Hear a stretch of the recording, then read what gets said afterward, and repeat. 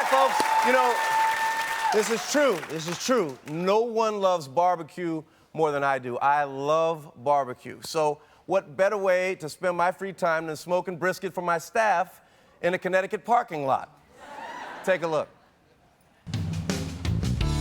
It's 5 o'clock in the morning. It's gonna take about 8 hours to cook all of this meat. Better get started. Get the bad boy heated up. See, there's our temperature. We gotta get that up to about 400. So we're prepping the brisket right now. Really good stuff. Do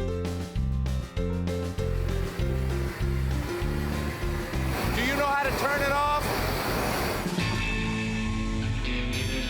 All right, we'll see y'all in 8 hours.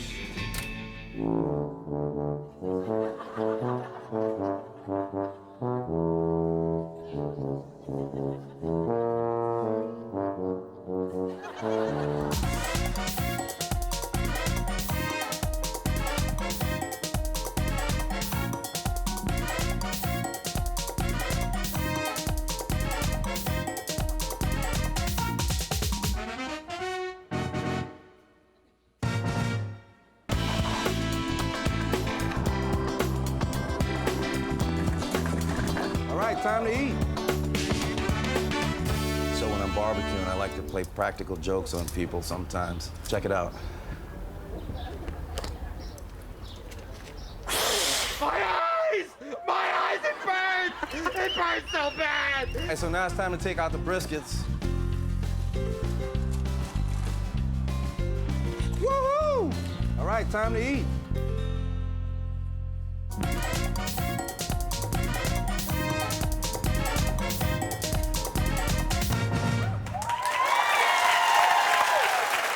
Here to show us how to prepare a perfect brisket is a man who smells of mesquite 24/7.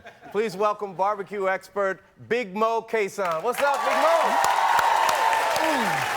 What's going on? I love you, man. Love you too, man. I watch you on the shows. You are a real master. Man, I'm passionate about it, man. I love it. And you're so amazing at it. So what's the secret? Is there one basic secret to making good barbecue? I think for me, you know, the tip to give is to take your time. Barbecue cannot be rushed.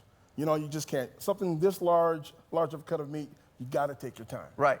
So people, a lot of times they think of barbecue as grilling hot dogs and hamburgers and stuff, but this is real brisket, this is real barbecue. Yeah, exactly. You know, barbecue's low and slow, you know, anything from 200 to 250 degrees, 275, it takes time. Right. So what is the key to smoking a piece of meat this big on a grill? Well, it depends on. There's all type of pieces of equipment out there, but for example, we got this Weber kettle out here, and what you got to do is take your time, have the fire offset, not directly underneath this piece of meat. So you don't want the fire coming up right under the meat? No, because what's going to happen is you're going to burn it and char it, and then it's all over. Right here is a kettle grill.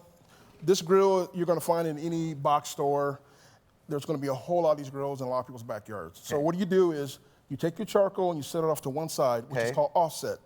You put your meat on the opposite side, and what's going to happen is the heat and the smoke is going to come over, hit the top of this lid, and roll over on top of this meat. And that makes that, I mean, the meat's not that far away from the heat, but that makes that much of a difference. It does, exactly. You don't put a lot of charcoal in, you put just enough. Now, you're going to have to come in on a cook like this, you're going to have to come in probably 3 or 4 hours and add more charcoal to it. Okay, because it's going to burn out. Exactly. How often do you add the wood chips to that? You know, here's another tip. When it comes to a charcoal grill this small, it takes just a little bit, a handful of charcoal chips, and that'll give you your smoke ring and your smoke flavor on your meat. Explain real quick what a smoke ring is to the people who may not know.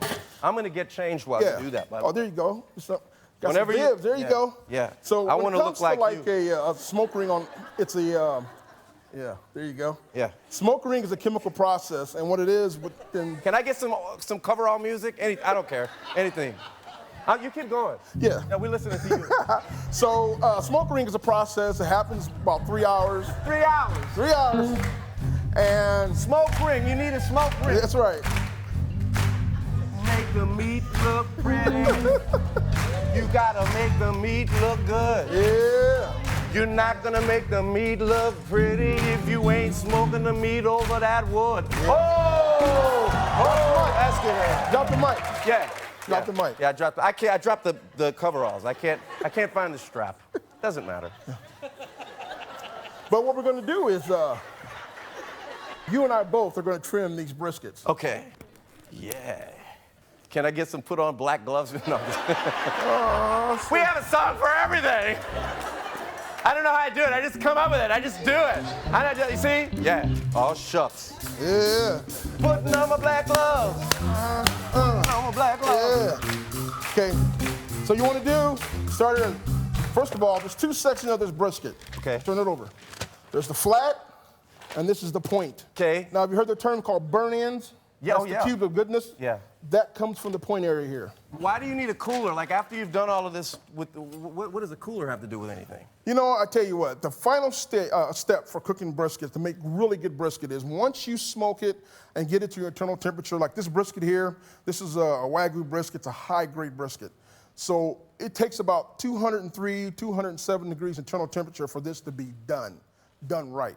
And what you do after that is you take it, at about 160, 170, you wrap it in foil, you put it back on the pit, you keep cooking it. Then you transfer it over when it's done into a cooler or a Cambro. And what that does is, when that brisket is cooking, the juices are pushing out of that brisket. When you put it in a rest mode, the juices are redistributing and going back inside that brisket. So somewhere around 203, 205, you take it in the foil and you put it in the cooler. Yep. Let's get this bad boy out of here. Well, now you've wrapped it in something else. This hasn't been wrapped in foil. This is butcher paper, okay, which works like foil, but allows the brisket to breathe. Okay. To allow it to still keep steaming and bring it up internal temperature. Oh my gosh. Now, Big Mo, when did you cook this brisket? I put this brisket on probably 4 in the morning. So this morning you cooked. Oh my God. Y'all, hey, any of y'all just come on. I know you got to play music in a second, but seriously, you play it over here. Can we get a bass drum out here? I'm being told that we have a celebrity taster, a surprise taster. Is that true? Yeah. Really? We have a celebrity taster? I'm gonna get to the Harry show. Oh my God.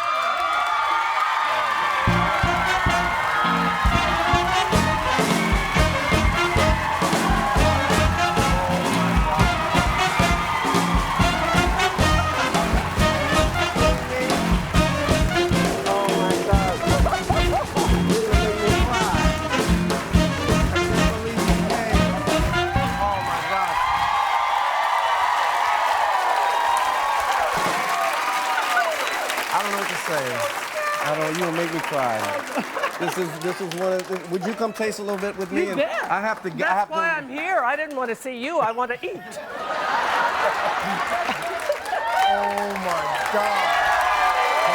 Oh my God. Legend. Oh my God. You can get Mo's barbecue rubs and sauces at ponderosabarbecue.com, and you can find his delicious recipes at harrytv.com. We'll be right back. I'm in shock. The great legend Pal Burnett.